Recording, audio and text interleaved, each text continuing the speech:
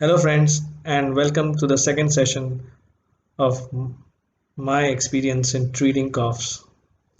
And today we are going to discuss one of the very useful remedies in clinical practice, that is Corella rubrum.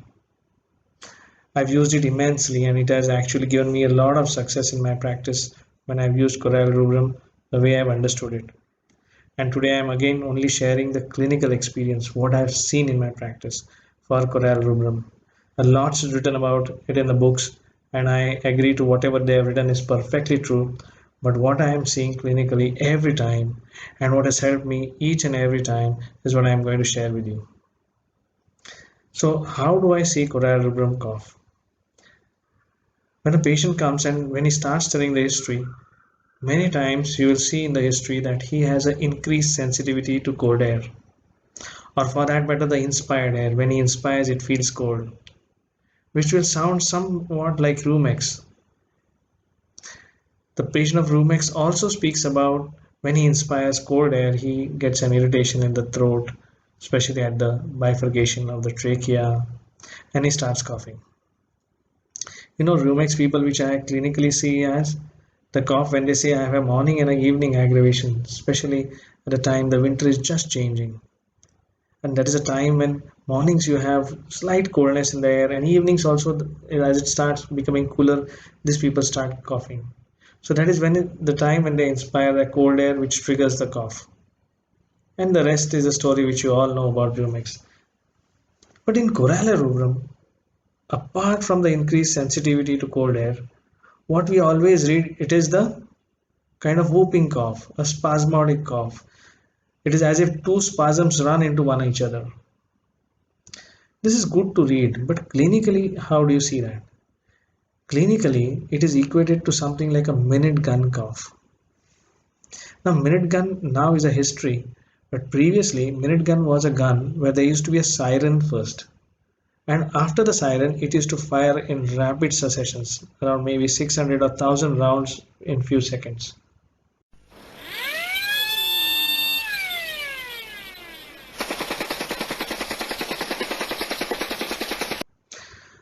And that is the exact way the cough of Corral rubrum is.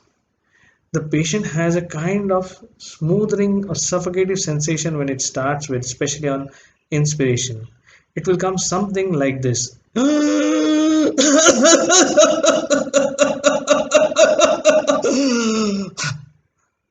which is followed by a typical exhaustion. But a smoothing sensation is the initial way where it starts and then goes into a spasm. This is the peculiarity of Corral rubrum cough. The exhaustion, the smoothing suffocative sensation, which is at the initial stage before the spasm starts, and the sensitivity to cold air. If you can find this in your patient, then this is Corral rubrum cough. But when you talk of coughs which are spasmodic, a whooping type of cough, there are many other remedies which come closer. Another closest remedy which comes in a similar type of cough, the whooping cough, where the spasms run into each other, is the remedy mephitis. Apart from what is described in the books, what I have clinically seen, the exact mephitis cough is as if when you have taken some drink, and is a kind of sensation that you get, especially when the drink goes the wrong way, especially in your throat, and you have to get it out, the kind of suffocation that you have, that is the kind of suffocation that a mephitis cough has. And it is mostly during exhalation. The patient will have a cough as if you are expiring and you're not able to expire your breath. That is a kind of suffocation that you have. So the smoothing sensation generally follows after the episode of cough is over. And you see, it is written that the child suffocates as if he is about to have his last breath, and you need to just raise himself up for him to breathe. This is the peculiarity. But the differentiating feature between mephitis and Corral rubrum is the suffocative sensation follows the spasm, and here it begins with the spasm. Apart from this, The Mephaitis cough many a times ends with vomiting. This is very peculiar. It ends with vomiting. The mother will tell you that the child vomits food that he has eaten in the morning at night. That is a kind of spasm that he gets, and the whole thing comes out. This is confirmatory. If you get this, just think of nothing else but Mephaitis. But now, if you talk about vomiting in cough, there are many remedies coming. Another remedy that you need to rule out is after cough vomiting, the cough stops, and the only remedy is Mezerin. If the mother tells you that he has vomited and the cough has stopped after that, you might give him Meserium and it will work wonders.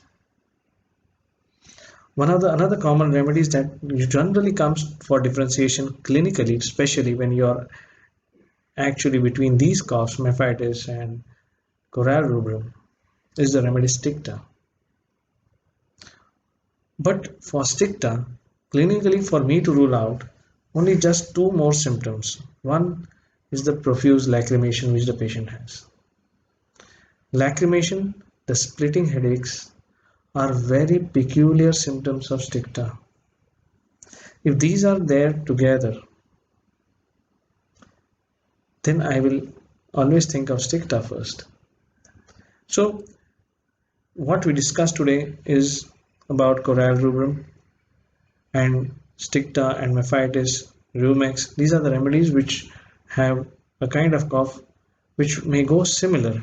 So one in the onset and the causative factor, other in the type in which it's expressed. But what we all need to do is to still read the book clinically and see how it fits most. What I have shared today is the exact clinical experience of these coughs which has helped me in my practice, and I wish you to get to learn something which will help you in your practice.